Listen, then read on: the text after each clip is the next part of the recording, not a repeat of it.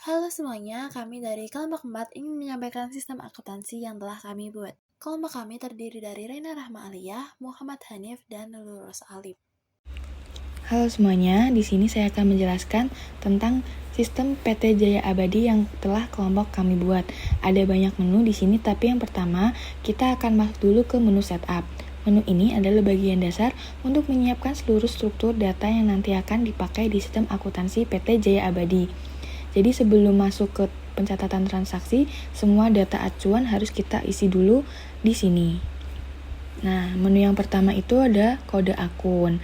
Di bagian ini, kita memasukkan daftar akun yang digunakan perusahaan seperti kas, piutang, persediaan, dan lain-lain. Setiap akun punya kode dan nama yang nanti bakal dipakai untuk pencatatan jurnal dan laporan keuangan.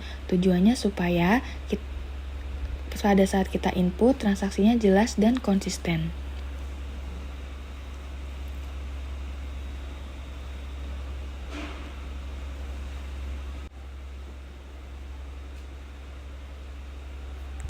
Lalu, yang kedua di sini ada kode pembantu. Nah, fitur yang dipakai ini untuk memperinci akun tertentu, misalnya piutang berdasarkan nama pelanggan, utang berdasarkan pemasok, atau pengelompokan biaya. Kode ini membantu memudahkan kita membuat laporan detail tanpa mengacak-ngacak struktur akun utama.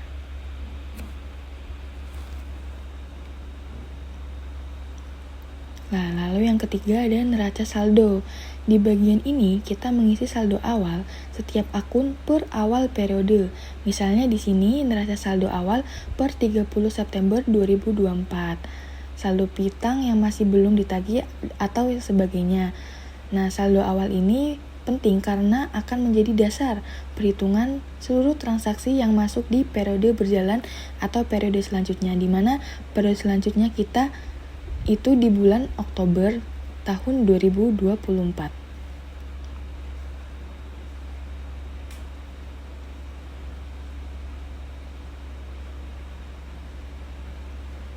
Lalu yang keempat, itu ada menu rekening koran. Bisa dilihat di sini, menu rekening koran ini tuh untuk dipakai menginput saldo awal bank serta data yang diperlukan untuk rekonsiliasi bank. Jadi setiap bulan kita bisa membandingkan saldo menurut perusahaan PT Jaya Abadi dengan saldo menurut bank dari Bank BNI.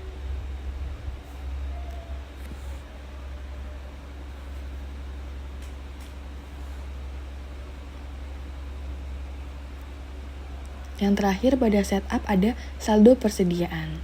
Bisa dilihat di sini, ini tuh berdasarkan dari logbook yang telah kita buat. Yang terakhir itu menu setup adalah saldo persediaan. Di sini kita mengisi stok awal barang lengkap dengan nilai persediaannya. Data ini nantinya akan otomatis terhubung ke perhitungan HPP dan laporan persediaan.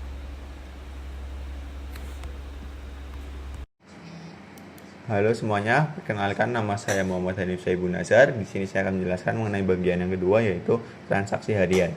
Yang pertama ada form input transaksi, di mana di sini sebagai user kita dapat memasukkan data transaksi harian mulai dari nomor bukti, tanggal transaksi, pihak yang terlibat, nominal, serta keterangan tambahan. Di sini setelah seluruh data terisi, tombol simpan digunakan untuk mencatat transaksi ke database, sedangkan tombol transaksi dan menu membantu navigasi menuju halaman lainnya.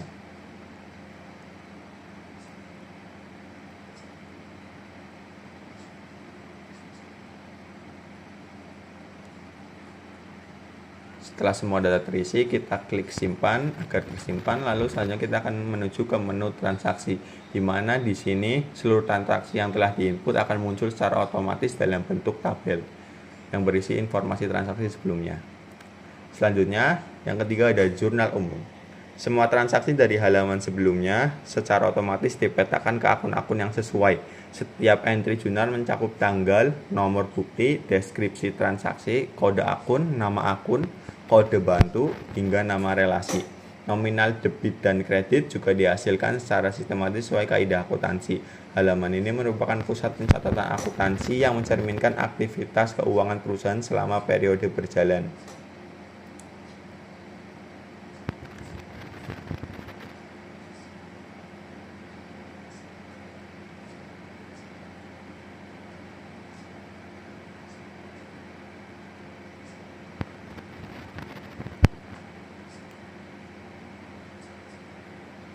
Lalu selanjutnya ke bagian yang keempat, yaitu kartu persediaan, di mana di halaman ini pergerakan stok barang dicatat secara rinci, setiap pembelian dan penjualan dicatat dengan unit, harga per unit, dan totalnya.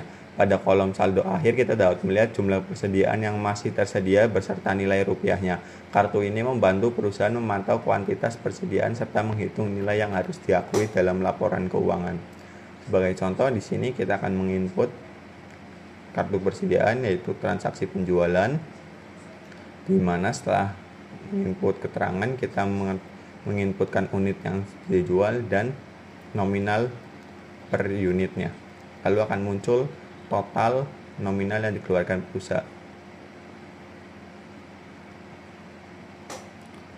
Selanjutnya mengenai rekening pinjaman. Di halaman ini adalah ditampilkan informasi mengenai plafon pinjaman, tenor, dan tingkat suku bunga.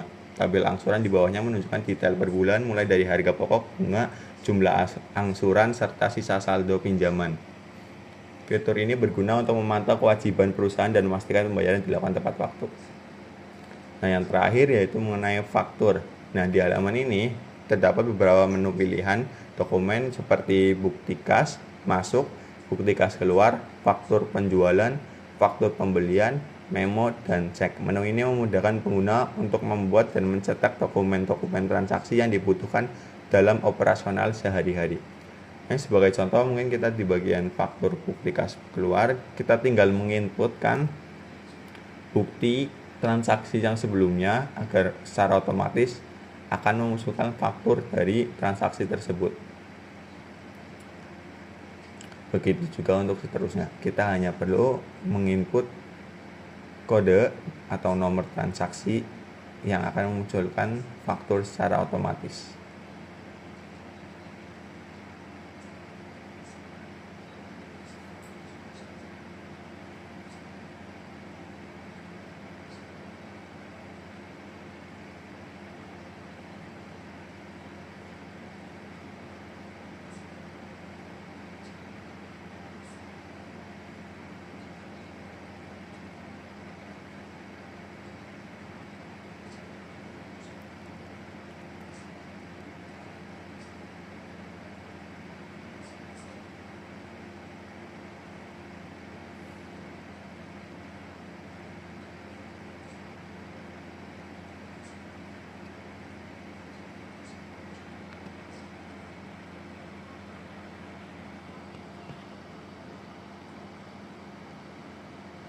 Sekian penjelasan saya mengenai bagian kedua transaksi.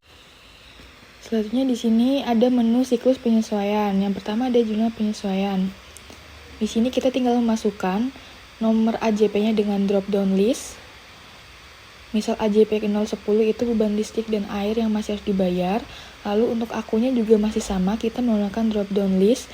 Tinggal memilih akun apa dan nama akunnya akan langsung muncul. Next ada aset tetap.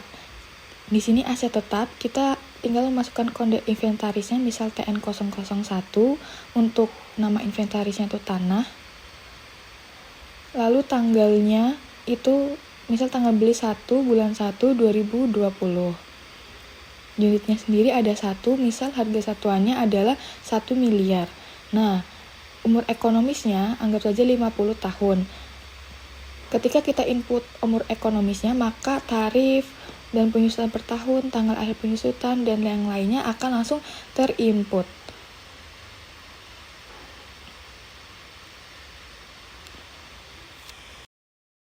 Selanjutnya pada menu pemostinan dan rekap, ada 2 yaitu buku besar dan buku besar pembantu. Yang pertama pada buku besar, di bagian ini, semua transaksi yang sudah kita input dari jurnal akan otomatis masuk ke masing-masing akun. Jadi, fungsi buku besar ini adalah merangkum pergerakan saldo tiap akun, mulai dari saldo awal, transaksi debit kredit selama periode berjalan, sampai bertemu dengan saldo akhirnya. Namun, jika kita menginput kode yang salah, maka akan muncul warning. Nah, ini misal HPP, kita bisa melihat pergerakannya dari tanggal awal hingga tanggal akhir. Nah, yang kedua itu ada buku besar pembantu. Kalau di buku besar pembantu ini kita bisa melihat detailnya per customer dan per supplier. Kita bisa melihat siapa pelanggannya, siapa suppliernya, dan berapa sisa saldo masing-masing dari piutang atau utang dagang yang kita miliki, dan bagaimana riwayat transaksinya. Kita tinggal mengklik drop down list yang ada.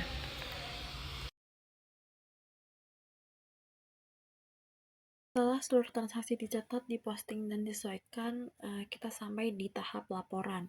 Di sini yang pertama ada neraca lajur atau worksheet, yaitu alat bantu untuk merangkum seluruh data keuangan sebelum disusun menjadi laporan resmi. Kemudian yang kedua di sini ada laporan laba rugi, yaitu yang menunjukkan kinerja perusahaan dalam suatu periode, yang menunjukkan bahwa perusahaan itu mengalami untung atau mengalami rugi. Kemudian yang ketiga ada laporan posisi keuangan atau neraca, yang menunjukkan aset, liabilitas, dan ekuitas pada akhir periode.